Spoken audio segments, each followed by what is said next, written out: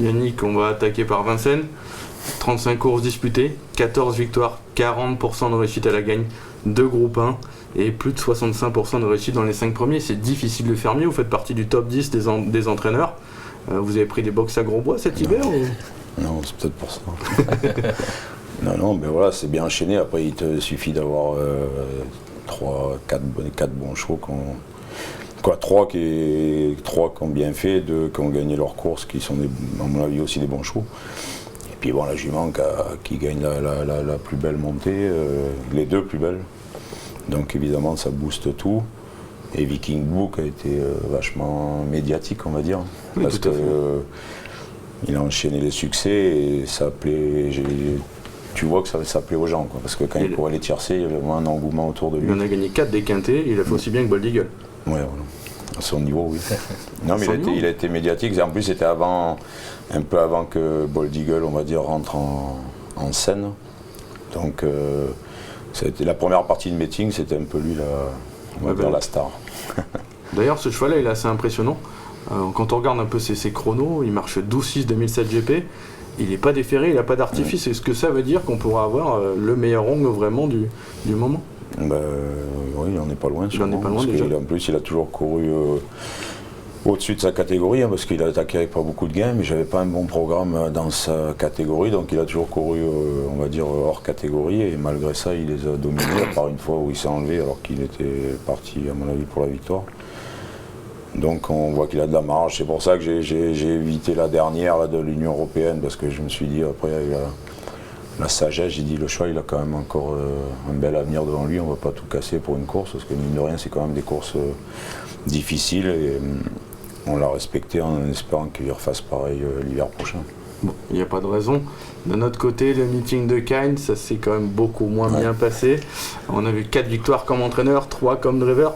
On n'est pas habitué à voir Yannick Alain-Briand avec aussi peu de victoires sur son tableau de chasse. Non, qu'est-ce que je vous dis, dans les jeunes, les 3 ans, j'avais rien d'extraordinaire. Ou ceux qui j'y comptais, ça n'a pas été. Je comptais sur 2 ou 3, 4 ans. Il n'y a qu'un qui a dû gagner, je crois, si Castelnango a gagné. Ça n'a pas voulu s'enchaîner comme il fallait, voilà. Et c'est comme ça, hein, c'est les 2 facettes du métier. On a un côté où ça a beaucoup mieux marché que prévu, et puis l'autre côté où c'était la cata, quoi. Mais on peut jouer sur les 2 tableaux, Vincennes et Cannes? Oui, puisqu'on fait tout au même endroit. Si j'avais 2 antennes, on pourrait dire qu'il a passé plus de temps dans une que dans l'autre, mais là on travaille tout au même endroit, donc c'est pas parce que j'ai passé plus de temps sur certains, vous savez, la charge de travail pour un crack ou un cheval de Cagne, c'est la même. Hein. Maintenant, il faut que ça veuille sourire un peu, ça n'a pas souri, puis ça a mal démarré, après t'es plus en confiance, et ainsi de suite. Et ce qui a été l'effet inverse à Vincennes. On a été avec certains qu'on n'aurait peut-être pas été, qui ont gagné, c'est comme ça un peu. Hein, il faut avoir un peu l'aura avec nous, on va dire. Et du coup, vous avez fait des années énormes en 2013-2014, plus de 200 victoires. Alors est-ce qu'aujourd'hui ça s'essouffle pas un petit peu? On a vu des grands entraîneurs comme Thierry Duval-Destin qui a fait des grandes années, comme Bruno Marie. Après, derrière, se renouveler à chaque fois, c'est franchement pas évident.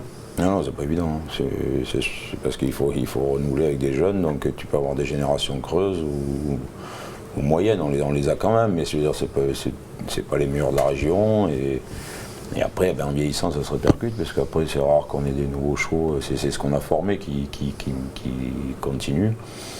Donc voilà, on paye peut-être les années, mais bon, je suis même pas sûr que c'est de payer les années. C'est qu'on a peut-être pas dans les jeunes les 7-8 chevaux valables. On en a peut-être qu'un ou 2, donc on le paye, mais voilà, après, on est habitué, hein. Je sais pas, comme je débutais, ça fait un moment qu'on on connaît les hauts et les bas. Puis comme on dit, la retourne. Oui. Je le dis, c'est un métier que tous les matins, on se remet en question, parce que tu parles des Parisiens, puis après tu as ceux d'ici que tu n'arrives pas à faire gagner à hier. Hein. C'est comme ça. C'est clair. Président, justement, Yannick, c'est une véritable vitrine pour vous. Pour vous, je parle pour le sud de la France en général. Moi, je pense que la victoire de Yannick Alain-Briand, la saison exceptionnelle qu'il a eue, qui s'est conclue de la manière que l'on sait, c'est quelque chose d'extrêmement important pour le Sud-Est. Parce que cela montre que la discipline a une vocation universelle. qu'elle peut, sur l'ensemble du territoire, donner lieu à l'élevage ou à l'éducation de très grands champions. Et là, on en a un superbe exemple. Et je pense que pour le Sud-Est, c'est un plus fondamental qui est apporté par Yannick Alain-Briand. J'ai eu l'occasion de l'en féliciter. J'étais heureux de pouvoir le faire. On avait fait une petite cérémonie à Cagnes. Et je crois que c'est en... Et là, on peut rejoindre peut-être d'autres sujets. Ce sont ces stars que vous êtes qu'il faut mettre en valeur, dont il faut assurer la promotion, la médiatisation, mais pas seulement sur les antennes réservées à des gens qui sont déjà convaincus par notre sport.